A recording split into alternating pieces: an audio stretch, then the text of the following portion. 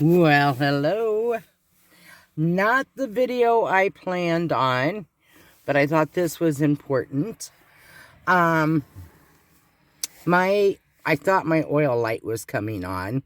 I took it into an automotive shop up in northern Iowa. They looked it over. They didn't clarify that it wasn't the oil light. And they said that it was probably just the oil sensor light. They put it on the diagnostics. They didn't charge me as much, but it was $40. So I'm like, fine, I can change the oil sensor thing. Not a problem. Left, started driving to a couple hours away from my daughters to go to my son's, and no problems. Kept an eye on the PSI for the oil and the oil pressure.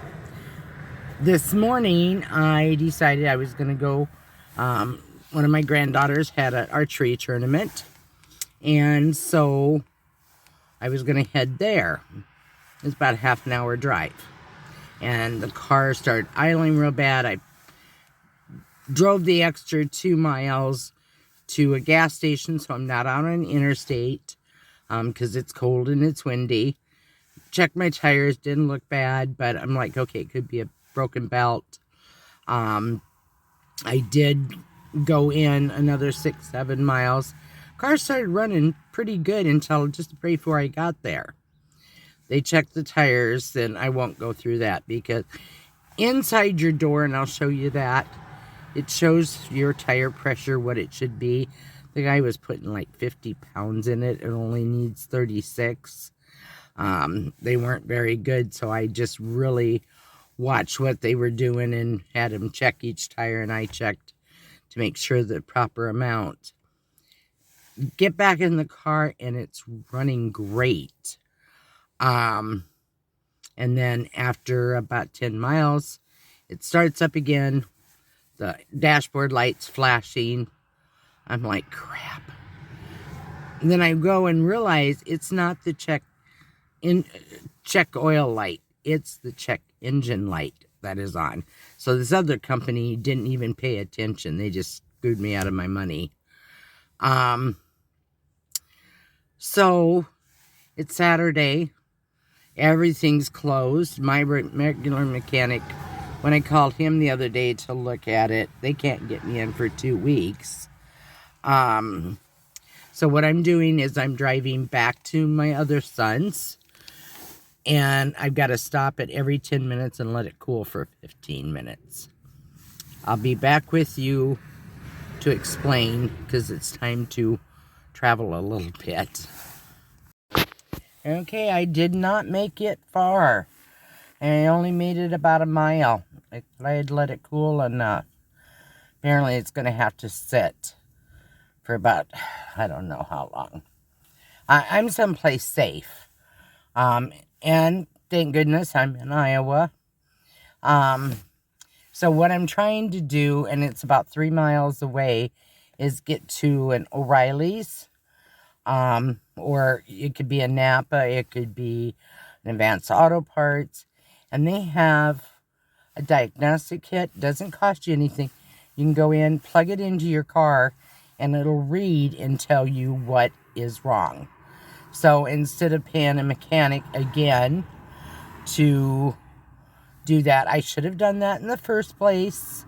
I have not had good luck with service stations. If you have been with me, you know my first van, I got scammed for $6,000.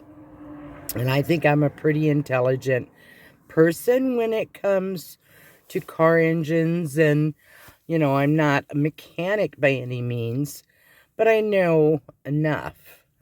And I think this might be a CO2 sensor or an oxygen sensor. I could be totally wrong, but by plugging that in, it will read what is the engine problem, and hopefully it's something I can fix myself, or it isn't really expensive. So the point of this video is not to go, oh my gosh, she's broke down. For one, having a reserve of money on the road is a good thing. I don't. I live Social Security check to Social Security check. But I have a bank that will stand behind me. That's a good thing. Knowing your car and not relying on other people is even better. Because I don't know what it is. If I just look like I'm a dumb female, or if I'm just stopping at the wrong places and they're like, doesn't matter, and they just want their money. But, this company that I stopped at the other day, they said, oh, don't worry about the engine. They drove the car. They know it was the check engine light, not the oil light. And that is my fault for not paying closer attention to that light. My job is to know these temps and the PSI of my oil and my oil pressure and my gauges. That is my job as the owner of this vehicle, is to know what all the readings should be at all times. So I'm going to go ahead, let this cool. I'm going to run into town and get that diagnostic thing put on there, and let's hope for the best. Okay, that's where you plug it in. Then you hit enter a couple of times. And I don't have my glasses on. Okay, it's still filling up. It's reading all the different sensors.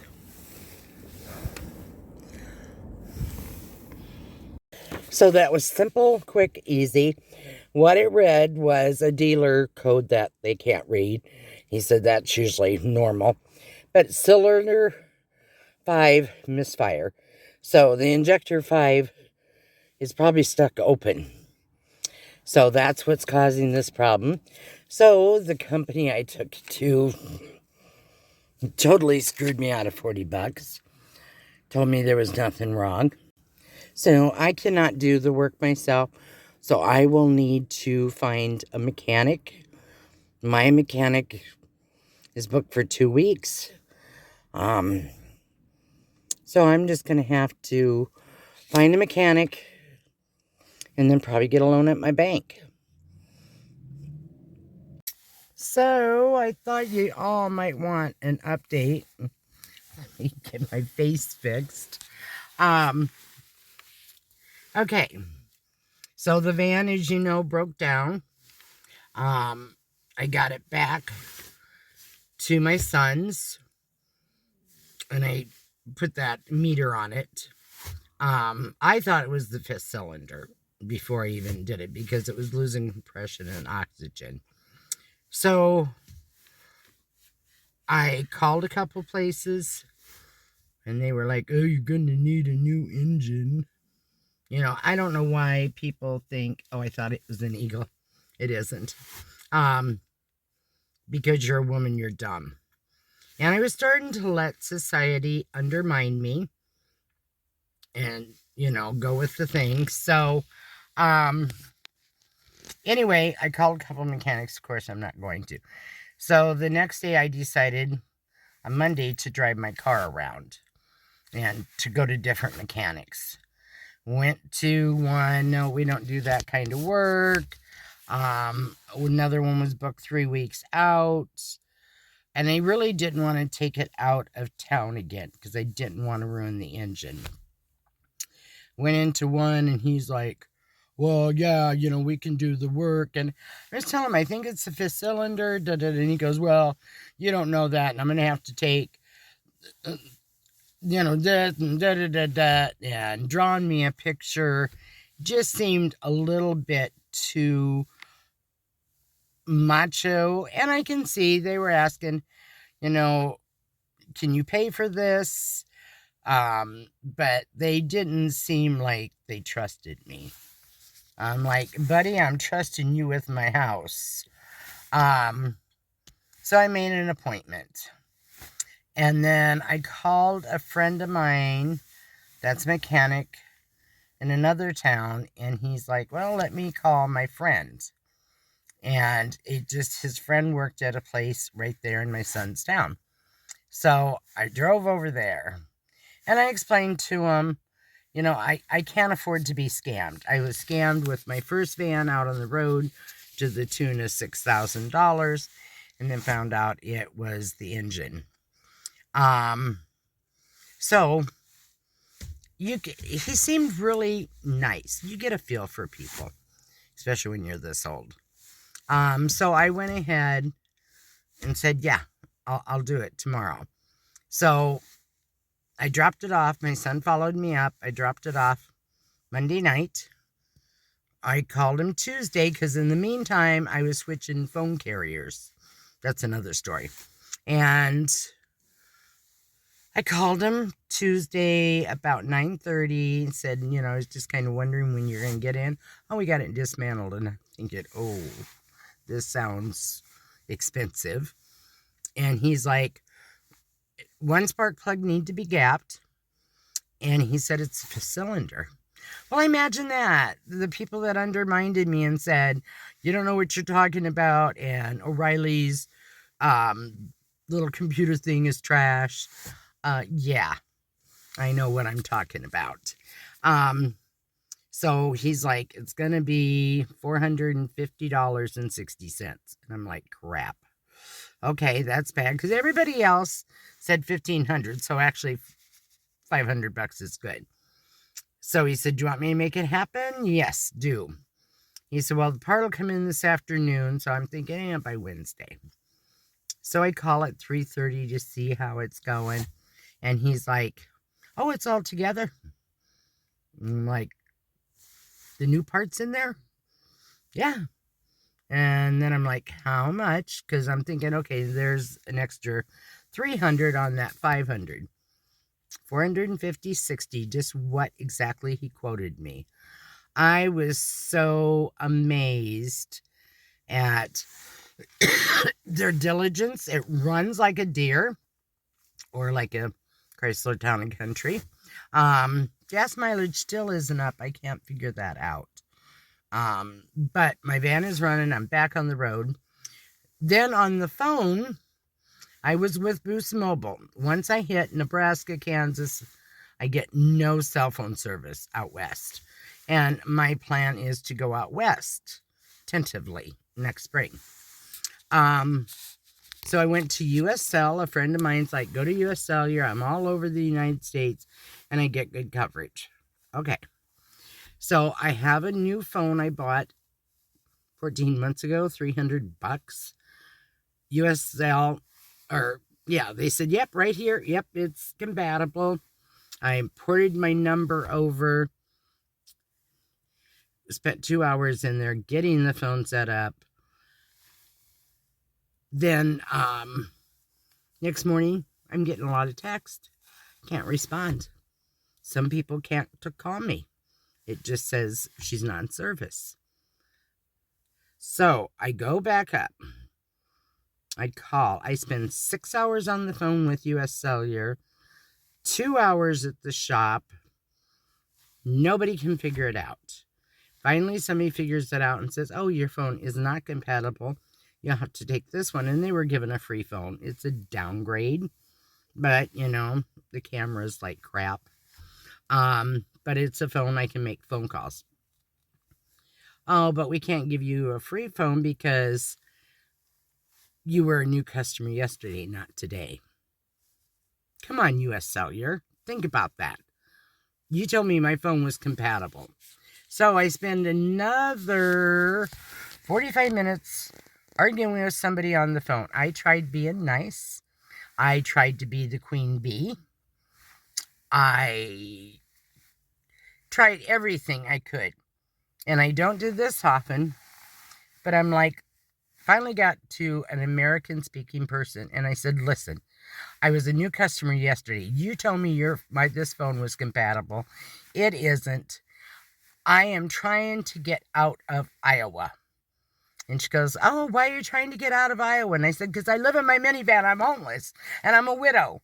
And I need this phone. They sent me my free phone the next day. I don't use the homeless card or the widow card, but I use both of them, and it worked to my advantage. So then I got it all set up, finally, 3 days later after going with USL. I don't know if it's working. I'm still in Iowa. We won't know till spring because I'm going where I normally go through the winter, down to Texas. So that last week was really a good test. But on the other hand, I was sitting thinking, if I was broke down someplace and it was cold and I needed time to process what am I going to do or wait for a tow truck, anything, I've got my buddy heater. So right along the road, I can crawl in the back of my van. I could sleep.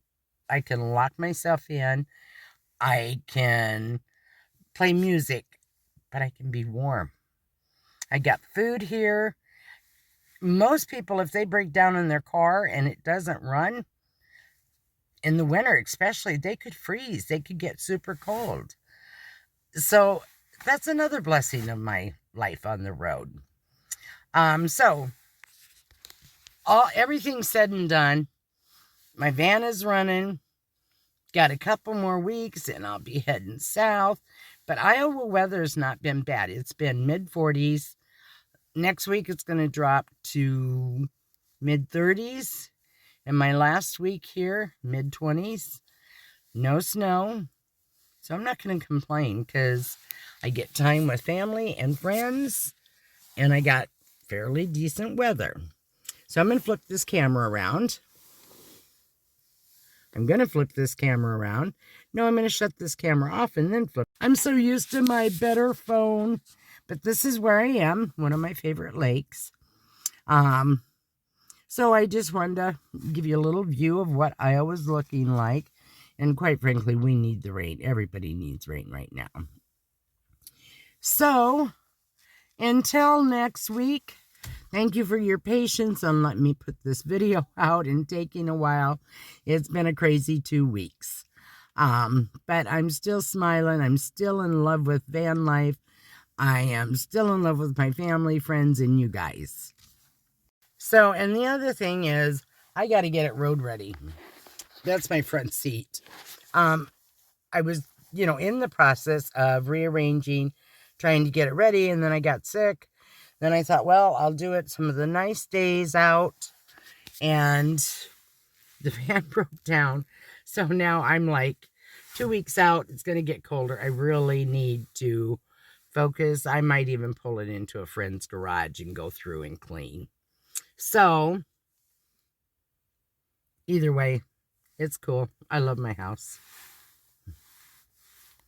So, until we meet again, travel free, explore, stay fantastic. We'll see you soon.